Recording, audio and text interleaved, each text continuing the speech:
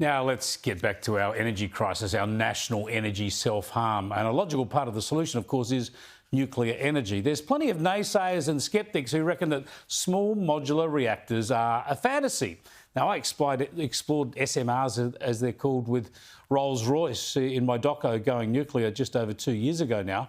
Here's a reminder. They're smaller than traditional fixed reactors that are built on site, and they're modular, meaning they're a standard design produced in a factory. The small modular reactor, perhaps coming soon to an electricity grid near you. It is designed to be architecturally beautiful. Doesn't look like a normal power station. That's intentional. There's no reason why we have to design a power plant that looks like a power plant. Yeah, Rolls-Royce and the SMRs. Now, Shadow Climate Change and Energy Minister Ted O'Brien has just returned from the UK, touring Rolls-Royce's headquarters, and he explains how they're marching ahead now with that technology. It sure is, Chris. It was very interesting meeting with a lot of the industry experts and with government in the UK. They plan to adopt another 24 gigawatts of nuclear energy by 2050. So they have a target that by 2050 they will have 25% of their generation coming from nuclear, and that includes, of course, small modular reactors. And so they have their foot on the pedal in the UK. They're not mucking around. They know that the only credible pathway to net zero includes nuclear energy.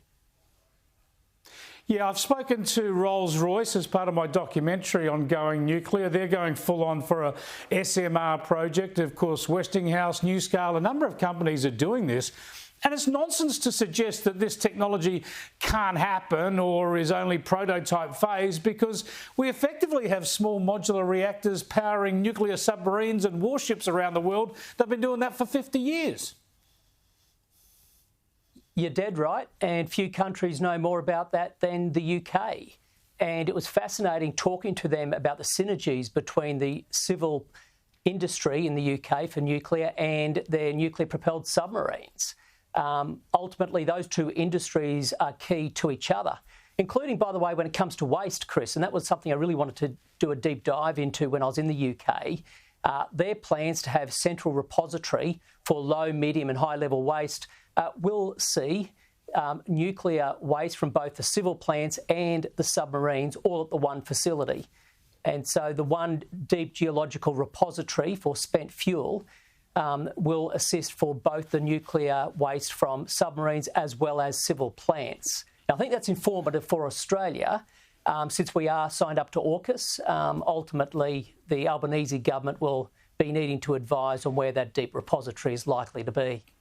Well, we've spent decades stuffing up the low-level nuclear waste project in this country, and I think it's inevitable, as you say, we'll have one repository and it's going to end up being in the Woomera defence lands in years to come. But we'll come back to that issue another time. On small modular reactors, then, you're absolutely certain that within what time frame will Australia and other countries be able to buy these reactors off the shelf? Is it only 1 or 2 years away? Well, look, by the end of this decade, we should see small modular reactors coming online.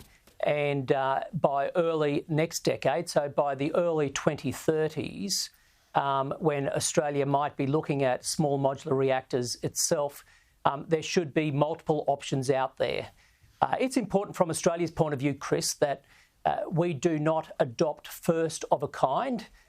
We don't want to be a guinea pig in this regard. Those countries that already have vibrant civil industries are the ones that will go first on small modular reactors. And Australia needs to learn. And if we do decide to embark on a nuclear future, then we need to be fast followers. Yeah, look, it's understandable why you would also focus on small modular reactors. As you say, we shouldn't go first, see what's available. But we know that they're smaller, they're less intimidating, if you like. They can sit into existing locations and plug into the transmission network. But isn't the case in Australia, if we want long-term, reliable, affordable and emissions-free energy, that we should actually be looking at the old-fashioned version, fixed nuclear reactors. Obviously modern versions of them, but that's proven technology. And in places like the Hunter or the Latrobe Valley or the Iron Triangle in South Australia, might be an ideal location for a large fixed nuclear reactor. Chris, I think there's two angles you come at this. One is new versus old, and then small versus big. And so on both of those, firstly, I think Australia should only look at new nuclear technologies. That is generation 3+ and beyond. No one wants the old stuff. No one wants old Soviet-era nuclear technology, not in this country. And then when it comes to size, at the moment, the Coalition is investigating micro-reactors, small reactors and large reactors. All three potential classes of reactors are currently under consideration. What's most important is that it's got to be the new stuff, not the old, and we've got to make sure that it fits our needs. But there's no doubt, if we are to decarbonise our grid, and try to get to net zero, the only credible pathway includes nuclear energy. Not solely, by the way, it's not a silver bullet, but learning from the UK, they are looking at both the small and the large in order to decarbonise. We've got to learn from our allies and close partners who know far more about civil nuclear energy than we do. It is all pretty obvious and inevitable in my view. Thanks for talking to us again with that update, Ted. I appreciate it.